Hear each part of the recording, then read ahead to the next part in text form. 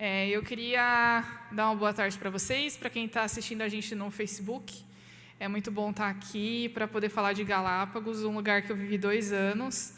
Tantas experiências que não tem como falar para vocês tudo o que eu vivi nesses 830 dias lá em Galápagos. Mas, quando eu preparei esse momento aqui, eu pensei em dar uma visão geral de todos os lugares que eu visitei. Vocês estavam ali quando eu falei agora lá na palestra, né?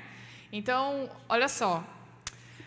Vocês já entenderam ali que o arquipélago de Galápagos fica no Oceano Pacífico, pertence ao Equador, certo? E que o arquipélago de Galápagos ele tem uma origem vulcânica. Por quê? Porque ali onde Galápagos está, tem uma formação geológica chamada de hotspot. É um lugar nas placas tectônicas ali, onde tem como se fosse um canal, entre aspas, que vai do manto até ali em cima. Só que isso fica no mar, não fica na terra. Então, essas erupções elas aconteceram no oceano, e aí, com o tempo, elas foram se solidificando e formando o arquipélago. Só que a gente aprendeu na escola que a crosta terrestre é dinâmica, ela fica em movimento. E o que acontece é que a crosta se movimenta, mas aquele canal permanece retinho. Então, o que acontece é que as erupções iam acontecendo, a crosta ia se movimentando e as ilhas iam se formando. Então, essas ilhas que estão aqui no lado direito de vocês, elas são mais velhas, porque a crosta fez isso. E as ilhas que estão mais para o lado esquerdo são as mais recentes. E é por isso que é nessas ilhas que tem os vulcões. Tá bom? Olha só as placas tectônicas que estão ali. Onde está Galápagos ali? Ó, pertinho de um lugar onde é o encontro de 3 placas tectônicas. E olha só, todos esses pontinhos vermelhos são lugares onde tem vulcões. Essas ilhas que estão mais para a direita, esses vulcões estão inativos, não funcionam mais. As ilhas da esquerda, onde tem aquela que parece um jotinha ali, eles funcionam. Inclusive, teve uma erupção vulcânica há uns dias atrás lá que eu vou mostrar para vocês. Esse é o arquipélago, eu mostrei para vocês lá na palestra também. Eu morava nessa ilha Santa Cruz. E essa ilha Santa Fé eu conseguia ver da janela da minha casa. Eu morava a 50 metros da praia, do mar. Então, eu abria a minha janela, eu via o oceano, assim, e via essa ilhazinha, assim. Bem ruim, bem chato. Então, ali, ó, vocês estão vendo que os lugares onde estão essas flechas são os vulcões que ainda estão ativos lá. Quando eu cheguei em 2020, o vulcão Lacumbre, na ilha de Fernandina, erupcionou. Há 2 meses atrás, o vulcão Wolf, que está lá em cima, erupcionou. E o legal é que os vulcões de Galápagos eles não têm aquela formação de montanha, sabe, que explode e vai descendo. Tem fissuras no solo. E aí, nessas fissuras, a lava vai saindo, como se fosse umas rachaduras onde... Sabe quando a água vai assim espirrando? Mais ou menos assim, mas só que com lava.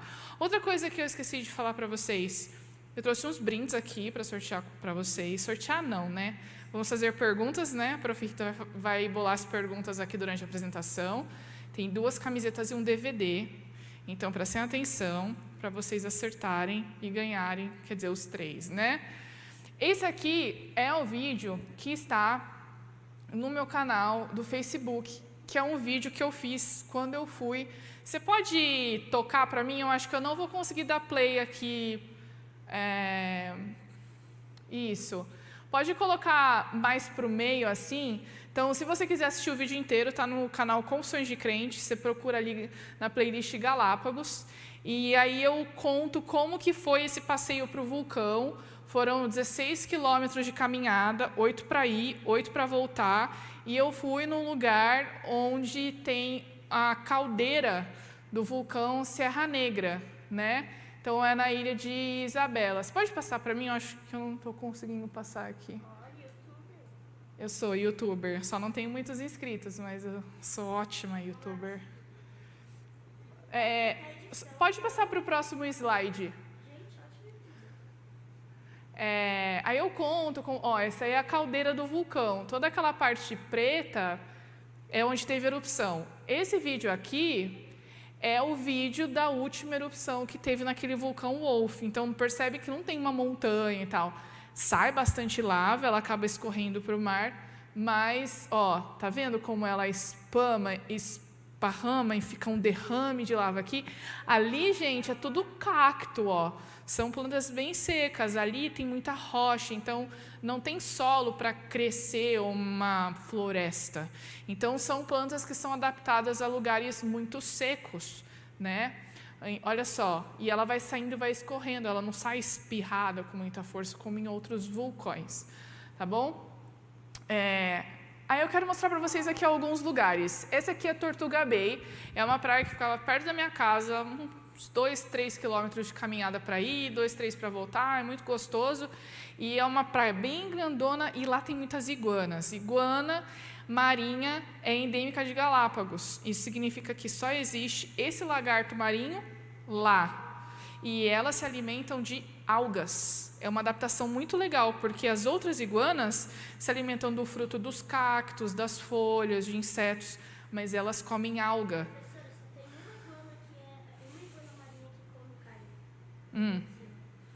Mas aí não dá para considerar o Godzilla uma iguana, né?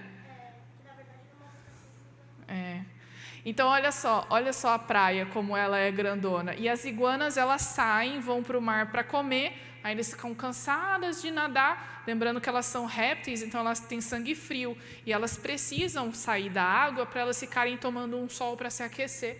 Então, elas ficam por ali, e é muito legal, olha como que elas ficam todas amontoadas, uma em cima da outra. É bem interessante de ver.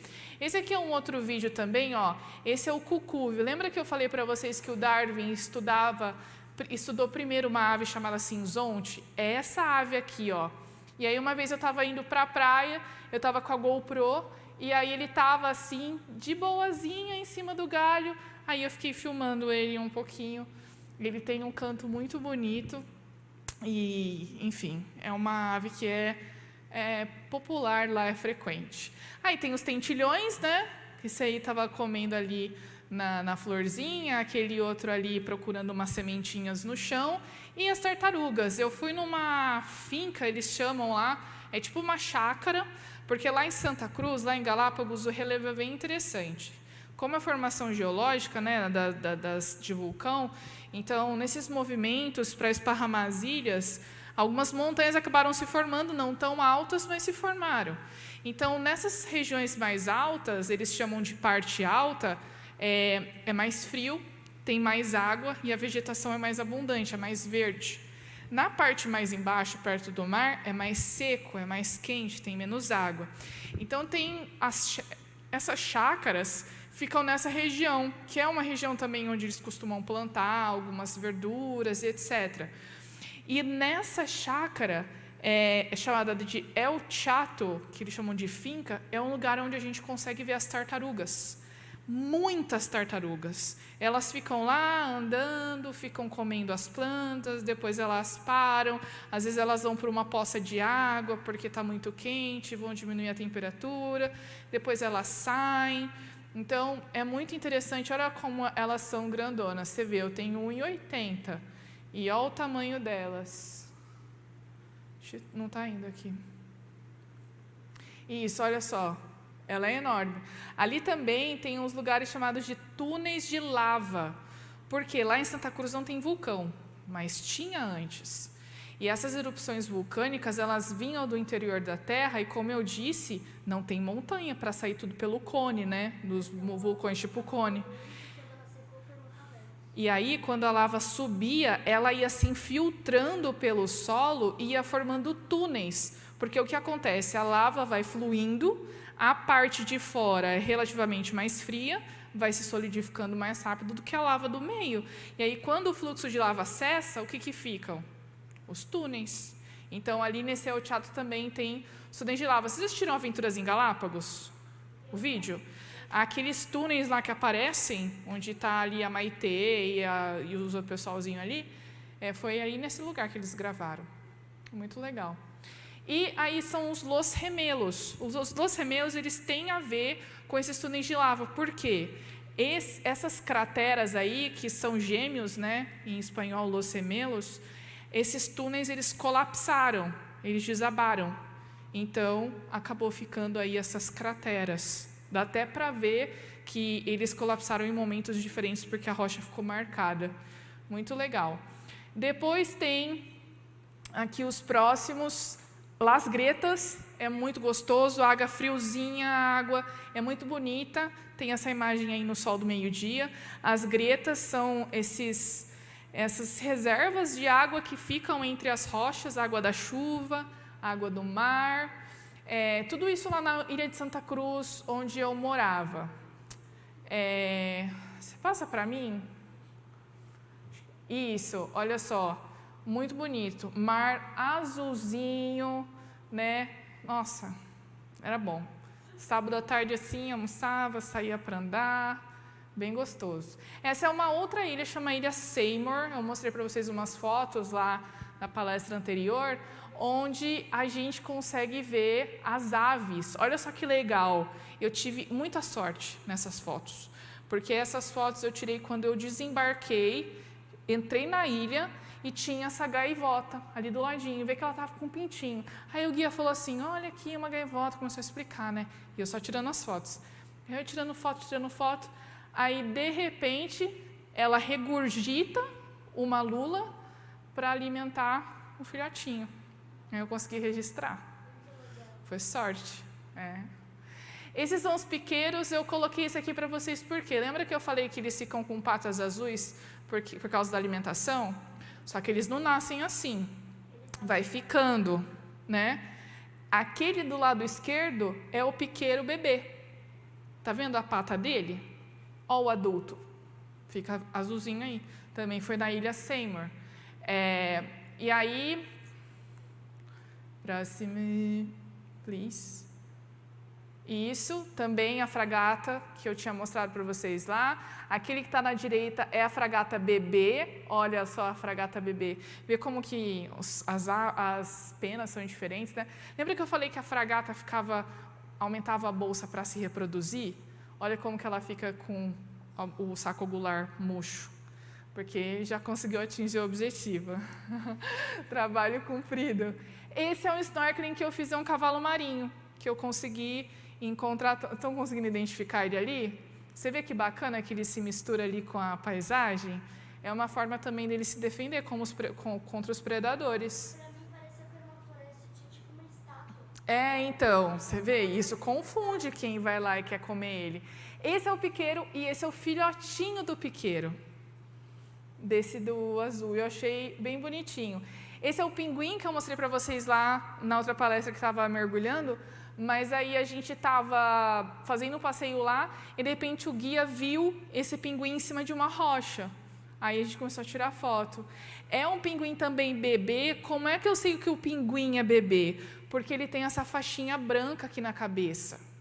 Quando ele tem essa faixinha branca, é porque ele é bebê. Se ele é adulto, ele não tem. É uma forma de identificar. Esse é um vídeo que eu fiz. Ó. Ele é pequenininho, ele não é grande, é assim. E ele estava em cima, ali, estava de boas. Foi ali comer, tá ali, subiu para se secar, descansandozinho, tirando os bichinhos ali, dando uma coçadinha.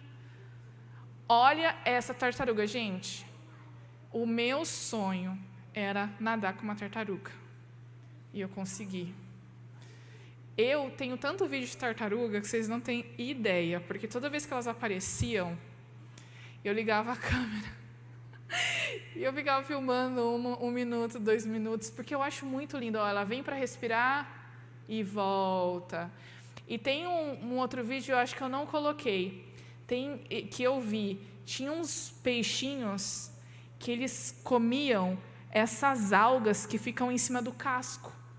E eles ficavam assim, 5, 6 peixinhos, coordenados, comendo, parecia um aspirador, indo para frente, para trás, para frente, para trás, e limpando literalmente o casco da tartaruga. Olha só que legal. É um bicho lindo, né? Elas podem ficar até 40 minutos debaixo d'água. dependendo da espécie. Essas ficam 20. Esse é um lugar que chama Los Túneles. Por quê? São túneis de lava que ficaram submersos, né? Então, olha só como que a vegetação é seca e tal. Ó, o filhotinho do piqueiro ali que eu tirei foto. Esse dia foi muito legal. Flamingos na Ilha de Isabela. Eu estava louca para ver flamingo. Eu estava quase para vir embora para o Brasil. Eu não estava conseguindo ver. Aí, em novembro, eu falei assim, eu vou para Isabela e vou atrás dos flamingos. Aí eu fui fazer um passeio, que eu fui num lugar lá chamado Muro de las Lágrimas. Eu aluguei uma bicicleta e fui indo atrás. E aí eu achei esses flamingos que estavam ali numa lagoazinha salgada, né? Eles ficam dessa cor por causa da comida deles. Oi? Isso, exatamente. E aí ele fica vermelhinho por causa da comida dele. Muito bem, olha só. Essas aí são as tartarugas que eu falei para vocês, as gigantes, são herbívoras, vivem muito tempo, são muito pesadas. Esses são os lagartinhos chamados lagartija de lava, que também são endêmicos de lá, você não acha em nenhum outro lugar. Olha só que legal o bico. Eu coloquei essa imagem da ave com o bico porque você vê que ela está na água. Aí é uma lagoazinha de água salgada. Olha que legal e vantajoso para a ave ter um bico longo, que ela coloca o bico ali, ela não precisa mergulhar a cabeça, assim ela consegue ver as coisas que estão ao redor, fugir de algum bicho, e ao mesmo tempo consegue se alimentar. Essa é a caldeira do vulcão Serra Negra, que eu mostrei para vocês. Ó. Ela é enorme. Tudo que está preto aí foi de um derrame de lava que teve ao longo dos anos. Ali embaixo ninguém desce, porque o guia falou assim, que se descer, o tênis acaba em 40 minutos caminhando ali, porque as rochas são muito pontiagudas. Então, detona com a sola do tênis, os tênis não são, as botas não são preparadas para andar nesse tipo de terreno. Eu coloquei aqui olha só, o túnel de lava, tá vendo como o túnel fica? Isso aí eles chamam de cone parasita, ó. Aqui não tem um áudio para vocês ouvirem, mas esses aí são cones parasitas, porque quando tem erupção, ele vai se esparramando e aí vão formando fluxos em cantos diferentes. Então, eles chamam isso de cone parasita. Ó. Ali, há muito tempo atrás, na erupção, já saiu lava, e aí a lava parou e o cone ficou. Esse vídeo é muito legal, pena que vocês não conseguem ouvir, o guia está fazendo um experimento muito legal com o eco. Ele assovia e aí a gente consegue ouvir o som caminhando. Você já pensou nisso? Ele assovia e aí a gente ouve o som dando a volta na caldeira. Mas não vai dar para ouvir porque está sem o som. Essas aí são as iguanas na Isla Plaza Sur, lá que eu fui com um grupo de pesquisa. Tem quanto tempo tem ainda? 20? Tá. Tem essas iguanas, então, que eu falei para vocês, olha só, elas com o frutinho ali do cacto, os leões marinhos também, que tem essa espécie que é endêmica, olha só como que eles ficam no alto. Essa é aquela ilha de Daphne Maior. Esse aqui é um cacto de lava, só existe lá, não existe em nenhum outro lugar. Esse aqui eles chamam de pedra bomba, alguma coisa assim. O que é? Essa pedra ela é super leve, porque ela vem de uma erupção vulcânica. Isso aí é lava que foi jogada para cima, se solidificou lá em cima, mas como ela foi caindo, ela foi... É Deus que está aqui com a gente, está avisando. Então, como ela foi caindo, ela foi se enchendo de ar. E aí ela ficou cheia de poros assim. Então, ela parece grande e pesada, mas ela não é. Essa é Bartolomé. Esse é um cartão postal de Galápagos. Muito, muito bonita. Pena que eu fui num dia que estava bem nublado. Mas, ainda assim, consegui tirar a minha fotinho, porque tem que ir lá. O lugar onde eu vi aquele pinguim que eu mostrei para vocês na palestra foi nessa baía aqui, ó, do lado daquela pedra pontuda. Foi ali que eu consegui ver aquele pinguim ali. Ó, esse pinguim aí. Sempre vou ter orgulho dessa foto. Essa foto foi muita sorte também. A iguana terrestre, eu fui acampar nessa ilha. Uma coisa bacana de você morar no lugar é que você consegue ter acesso a lugares que um turista não pode, porque você está com pessoas que moram no lugar. Então, a gente foi acampar na praia. E aí, quando a gente foi num sábado de manhã, a gente tinha ido lá para comer. Quando eu estava voltando para a barraca, eu vi essas iguanas. Elas estavam ali na areia e elas vivem nessa ilha, na ilha de Baltra. Ó. Elas não mordem, elas não são agressivas, então não tem razão nenhuma de você ficar com medo, não tem razão nenhuma de você querer matar, porque pode te atacar. Elas fogem de você, inclusive. Diga. É isso mesmo. Eu morei lá.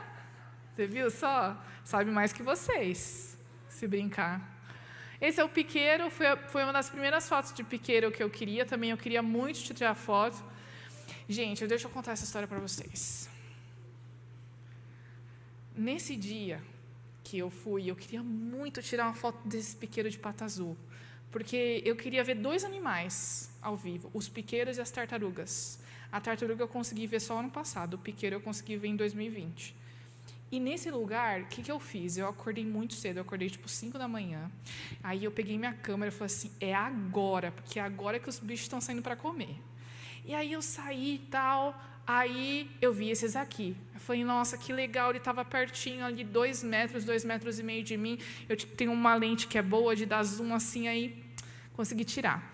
Aí eu estava voltando, uns amigos falaram assim, Maura, estamos indo pescar, você quer ir junto? Eu falei, é claro que eu quero ir com vocês. Daí eu fui pescar com eles.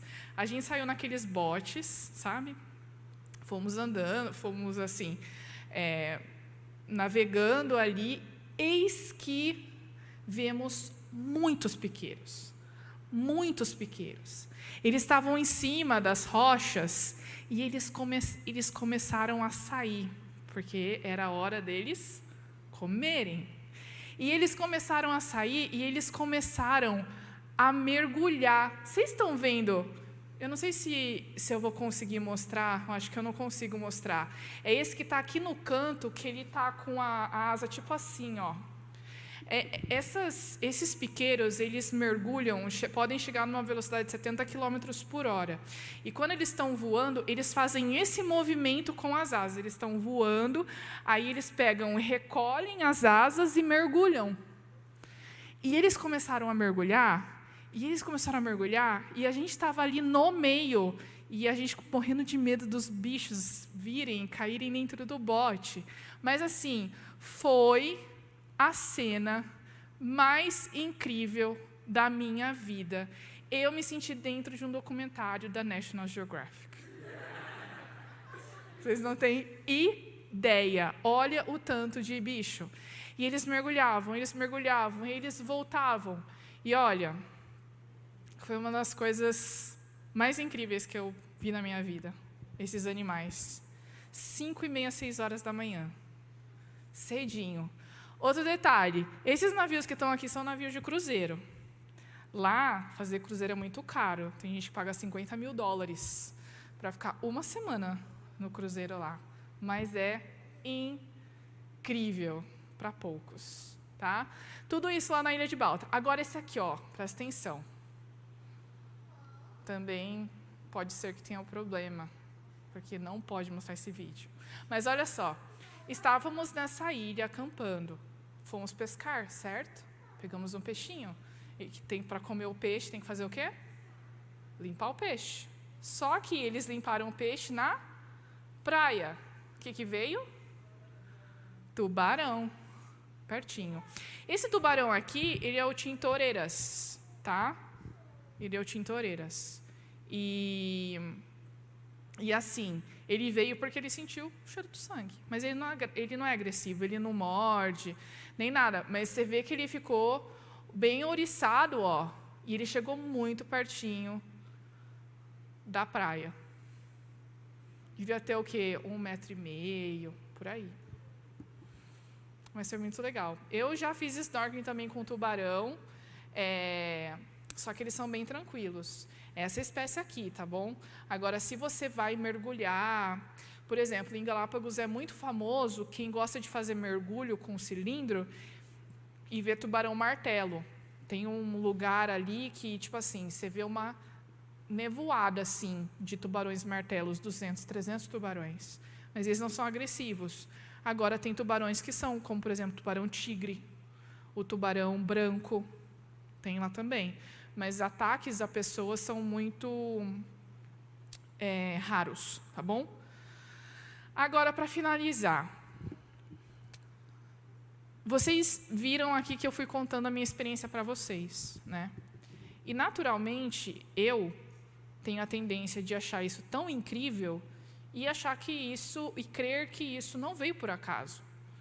Toda essa diversidade de animais, esses lugares, eu acredito que alguém criou isso, certo? Toda essa diversidade incrível. Isso tem a ver com a forma como eu vejo o mundo. Isso é a minha cosmovisão. A cosmovisão, ela vai moldar a forma como você enxerga e interpreta os fenômenos. E isso tem a ver com as suas crenças.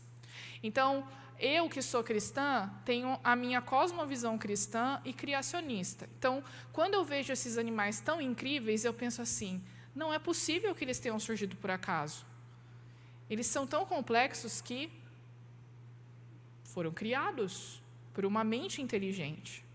Só que tem uma pessoa, por exemplo, que não acredita em Deus, que não tem a mesma cosmovisão que eu, que não compartilha da mesma visão de mundo que eu. E como que ele vai interpretar a realidade? Qual é a explicação dele para essa complexidade? Qual é a explicação dele para essa diversidade? É que as coisas surgiram por processos naturais, que as coisas vieram por acaso. Só que a sua visão de mundo, ela é muito importante, porque ela também vai determinar as suas decisões. Então, quando a gente fala, por exemplo, no caso aqui, a gente está falando de criacionismo, nós não estamos falando de ciência, nós não estamos falando de teoria, nós estamos falando de cosmovisão, que é um conjunto de ideias, um conjunto de crenças, uma filosofia. Então, você nunca pode dizer, por exemplo, que criacionismo é uma teoria. O que é uma teoria? As pessoas usam a palavra teoria de uma forma errada. Falam assim, eu tenho uma teoria do porquê ele fez isso. Mas teoria, no campo científico, ela é uma reunião de hipóteses que foram exaustivamente testadas. Não quer dizer que ela comprova algo, mas ela reúne uma quantidade, tá vendo? Ele está concordando comigo.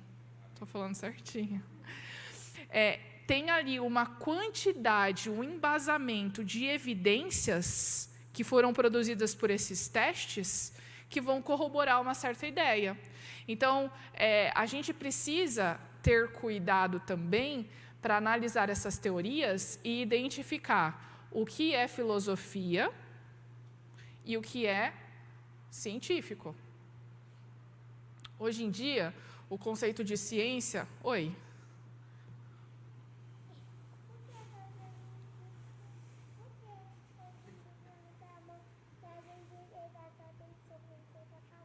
Tem que prestar atenção no que eu estou falando. Tem que sentar direitinho. Isso, muito bom. Então, olha só. Hoje em dia, para a gente dizer que algo é científico, a gente precisa mostrar que essa coisa foi testada e retestada pelo método científico. Por que criacionismo não é científico? Por que não é ciência? Porque eu não consigo testar que foi Deus que criou. A gente consegue reproduzir o que ele fez? Alguém testemunhou ele criando o mundo? Não. Mas não significa que eu não possa usar as ideias da cosmovisão quando eu for fazer ciência. Não quer dizer que eu não possa usar esses pressupostos para interpretar os meus resultados. Por exemplo, eu sou geóloga e eu vou estudar as rochas do Grand Canyon. Se eu sou criacionista, eu vou explicar, vou fazer uma interpretação, que aquelas rochas sedimentares, elas se depuseram da mesma forma que o Dr. Naor falou hoje, por causa de uma grande catástrofe, e foram formadas de uma só vez. Agora, um evolucionista, ele vai pegar o meu mesmo objeto, que é o Grand Canyon, e ele vai interpretar de forma diferente. Ele vai dizer que aquelas sequências de rochas, camadas, se formaram ao longo de milhões e milhões de anos. Percebe a diferença? Tem coisas que são muito factuais, que a gente vê acontecendo. Mas a interpretação dessas coisas, ela é moldada e influenciada pela sua cosmovisão. Então, por exemplo, eu olho um homem paquerando uma menina, uma mulher, tá? O evolucionista, ele vai dizer que, não, o homem ele tem determinado comportamento porque quando ele era caçador-coletor, a mulher ficava em casa e ele ia caçar, e aí ele tinha que fazer tal coisa, ou ele não fazia tal coisa, e é por isso que hoje ele tem determinados comportamentos de predador, ou de ir atrás, enfim. Agora, se eu sou criacionista, eu não vou usar essa coisa de caçador-coletor, eu vou dizer que Deus criou o homem e mulher porque ele quis que esse homem e essa mulher tivessem um relacionamento. Então, a partir desse momento, eles podem formar uma família e etc. E não que a gente é fruto da evolução e o homem fazia tal coisa, a mulher fazia tal coisa, porque eles precisavam caçar, enfim. Consegue entender? Que isso tem a ver com a cosmovisão. Então, a gente precisa ter discernimento para parar e questionar ou a cosmovisão naturalista, ou a criacionista também. Lembra que eu falei ali naquela citação que a gente precisa ter dúvidas? Deus permite que nós tenhamos dúvidas? Mas, ao mesmo tempo, a gente precisa também analisar as evidências e ver para qual lado elas estão nos levando. E diferenciar o que é filosofia do que é evidência científica. Tá bom? Então, quando o evolucionista ele fala que a vida surgiu há bilhões de anos atrás, isso não é científico, porque ele não consegue demonstrar, apesar de tentar muito como a vida surgiu, porque ele não sabe como que eram as condições há tantos anos atrás. Ele não consegue reproduzir. Ele faz projeções, e aí, com base nessas projeções, no que ele acha, lógico, baseado em algumas evidências ali de rochas e tal, aí ele vai fazer os experimentos. Mas certeza, não tem como a gente demonstrar.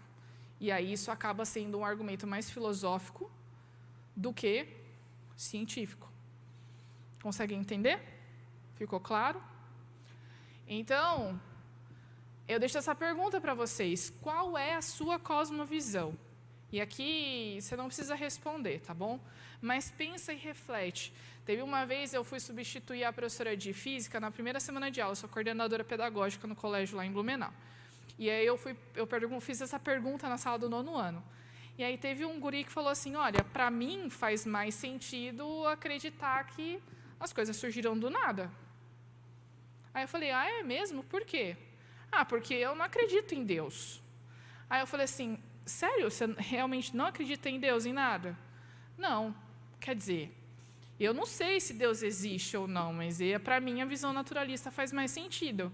Eu falei, então você não é ateu, você é agnóstico, você não tem certeza se ele existe ou não. É que ele gosta de falar que ele é ateu. Consegue entender? Então, é melhor a gente pensar e ter razão e saber por que nós acreditamos no que acreditamos, precisamos saber, do que a gente, ficar meio perdido nessa vida. A minha cosmovisão é essa aí que está em Gênesis 1. No princípio, criou Deus os céus e a terra. Não só Ele criou, como Ele planejou, Ele cuida e Ele mantém a vida. Ele não criou e deixou a gente largado. Ele está com a gente, Ele nos dá propósito. E esse é um Deus criador, diferente de processos naturais. Ok? Alguém tem alguma pergunta? Não? Você tem uma pergunta? Não. Oi, diga. A mais difícil? Coisas relacionadas à comida. Foi. Porque infelizmente, eu tenho um relacionamento afetivo com a comida. Entende? Então, no início era muito frustrante eu não ter acesso a determinadas coisas. Mas eu fui me moldando. Assim, então, hoje eu não tenho o mesmo tipo de relacionamento que é tão forte, assim, mas eu aprendi que eu preciso mudar algumas coisas. Então, por exemplo, lá a única carne que vende na ilha é a carne dos animais que vivem lá, não vem de frigorífico de fora. Então, eu como carne, né? E aí, o que eu fazia? Eu ia comprar carne, só que eu chegava num lugar e condições de higiene, assim, zero. Sem luva, sem proteção, mão suja direto na carne. E aí, como que eu vou fazer? Vai que eu pego um negócio aqui e eu preciso de hospital, e lá não tem hospital grande. Aí eu tenho que ir para o continente, imagina? Aí eu parei de comer carne em casa, não comprei mais. Quando eu ia num restaurante, eu comia um hambúrguer, alguma coisa do tipo, mas em casa eu não parei mais. E hoje, eu fico muito tranquila sem carne. Então, isso foi bom para mim, entendeu? Agora, outra coisa que era muito ruim também era a água. Como eu falei lá, não tem água potável na ilha que eu morava. Saía água da torneira, água salgada. Eu tomava banho em água salgada. E escovar o dente não dava também. É tudo água mineral. Então, também foi muito difícil. Eu falava assim com o meu noivo, né? A gente conversava todo dia. Aí eu falava assim, tenho tanta inveja de vocês que abre a torneira e pode beber água da torneira. Que eu tenho que ficar virando o galão de 20 litros de água para poder tomar. Mas são as duas coisas que, para mim, foram mais difíceis. Mais alguém? Vale a pena, viu? Diga, você. Ainda existe vulcões que saem lava? Lá em Galápagos, sim. Há 2 meses atrás teve uma erupção. Mais alguém? Última pergunta. Diga.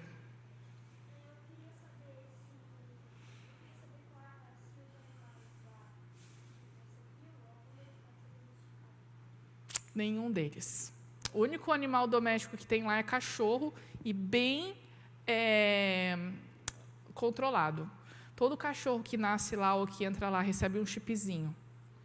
Porque tem muito problema com cachorros que acabam fugindo.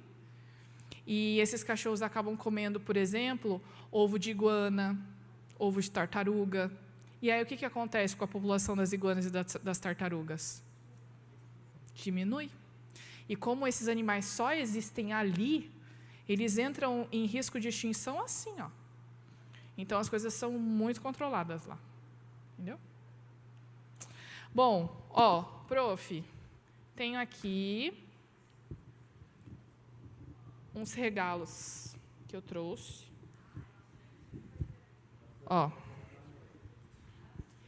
Essa aqui é uma camiseta. Pena que é só grande, tá? Eu não tenho tamanho menor. É uma camiseta com um C do Sábado da Criação. Então, a prof. Rita vai bolar uma pergunta, prof. E aí, a gente vai fazer quem levantar primeiro. Só que assim, a prof. Rita, presta atenção. A prof. Rita vai fazer a pergunta. Quando eu falar valendo, aí você levanta. Tá? Então, assim, tem algumas perguntas fáceis, algumas médias, tá? E uma, sim, um pouco mais difícil. Então, os níveis, né? Mas se você prestou muita atenção, você vai conseguir responder, tá? Bom, vamos lá, então, para a primeira questão. Como que nós identificamos quando um pinguim ele é bebê? Eu não falei valendo. Prestem atenção. Valendo? Foi ele. Como que é? Como que é? É quando tem uma faixa branca ali do lado. É, acertou. Parabéns. Agora é um DVD. Eu não sei se isso ainda é útil nesse momento que a gente vive, mas é um DVD falando sobre as aves, o talento das aves. Mais uma pergunta, prof. Vamos lá. Agora é com relação à alimentação aqui, ó, das iguanas. Foi mostrado ali, então, em Tortuga Bay, tá? As iguanas, ok? E ali elas têm um tipo de alimentação. Qual é a alimentação? Calma, tá ansiosa? Valendo. Ela levantou. Diz. Elas comem? Algas. Parabéns. Prof, a última camiseta difícil. É uma camiseta também de Galápagos, olha. Tá bom? Olha lá. Difícil. Agora, você vai, então, responder... para mostrar. A camiseta. Agora, você precisa, então, responder o que é cosmovisão. Eu vou ter que levar essa camiseta embora? Valendo. Você. Isso. Já ganhou seu pijama aqui, ó. Olha, gente. Então, pessoal, é isso. Eu tenho uma outra coisinha, mas eu vou dar para cada um de vocês. Eles têm suficiente. Pode, só um momentinho. Deixa eu só explicar isso aqui. Eu vou entregar para cada um de vocês, isso aqui é para vocês guardarem. Essa aqui é uma reguinha que a gente usa quando a gente vai para lugar onde tem fósseis, né, para fazer estudo de paleontologia. E a gente usa essa reguinha aqui para medir o tamanho. Você coloca assim do ladinho e coloca o fóssil para a pessoa ter uma ideia do tamanho. E aqui tem a coluna geológica, com as eras geológicas e os principais fósseis de cada período. Tá? E aqui atrás tem uns fósseis que são mais comuns, vêm direto dos Estados Unidos. Esse eu vou dar para vocês, tá bom? Só a última pergunta para a gente orar. Não. Não dá para ter animais domésticos selvagens. Não, não vai rolar nessa vida. Diga. Mas, ó, essas pessoas que criam tigre e leão, eles compram esses animais, eles saem sem ser permitido. Não pode, é crime. Tá bom? Não, nem isso pode ir lá. Há outros selvagens, sim. Sim. IBAMA, né, aqui no Brasil. Vamos orar, então? Vamos levantar?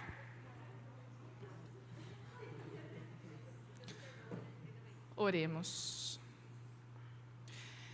Querido Jesus, Senhor, muito obrigada porque o Senhor deixou espalhados na natureza, espalhadas muitas evidências que nos dão toda a razão da nossa fé. Obrigada porque o Senhor nos criou, o Senhor cuida de nós e assim o Senhor nos deu um propósito. Fica com cada um que está aqui, cada vida, que o Senhor possa abençoá-los e que eles possam também refletir e tomar a decisão correta a respeito da sua cosmovisão. Fica conosco no restante da programação que ainda vai haver hoje. Nós pedimos e agradecemos. Em nome de Jesus, amém. Amém.